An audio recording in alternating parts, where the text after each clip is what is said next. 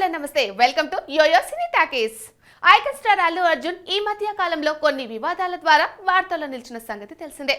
ఈ ఎన్నికల్లో నంద్యాల నియోజకవర్గం నుంచి పోటీ చేసిన వైసీపీ అభ్యర్థి శిల్పా రవి తరపున బన్నీ ప్రచారం చేయడం సోషల్ మీడియాలో ఒకంత సంచలనమైంది.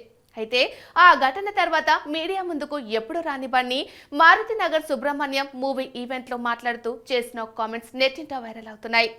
మై డియర్ ఫ్యాన్స్, నా ఆర్మీ, ఐ లవ్ యూ అంటూ బన్నీ తన అభిమానులపై ప్రేమను కురిపించారు. నా అభిమానులంటే నాకు పిచ్చి అని, హీరోను చూసి చాలా మంది ఫ్యాన్స్ అవుతారని, నేను మాత్రం నా అభిమానులను చూసి హీరో అయ్యానని చెప్పుకొచ్చారు.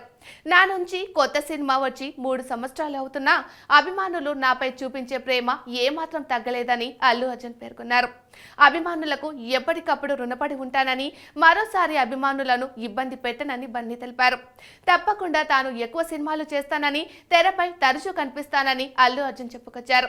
సుకుమార్ భార్య తబిత మారుతి నగర్ సుబ్రహ్మణ్యం సినిమాను ప్రజెంట్ చేస్తున్నారని, ఆమె ఆహ్వానించడంతో ఈ ఈవెంట్ కి వచ్చానని అల్లు అర్జున్ కామెంట్ చేశారు. ఇష్టమైన వారిపై మన ప్రేమ చూపించాలని, మనం నిలబడగలగాలని, నాకు ఇష్టమైతేనే నేను వస్తానని, మనసుకు నచ్చింది చేస్తానని బన్నీ వెల్లడించారు.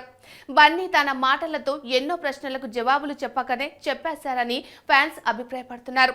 దీనిపై మెగా ఫ్యామిలీలో ఎవరైనా రియాక్ట్ అవుతారా లేదా అనేది చూడాలి. మరోవైపు పుష్ప ది రూల్ వాయిదా అంటూ వార్తలు వినిపిస్తున్న ఆ ప్రచారంలో ఏమాత్రం నిజం లేదని తెలుస్తుంది. చెప్పిన తేదీకే పుష్ప 2 మూవీ థియేటర్లో విడుదల కానుంది.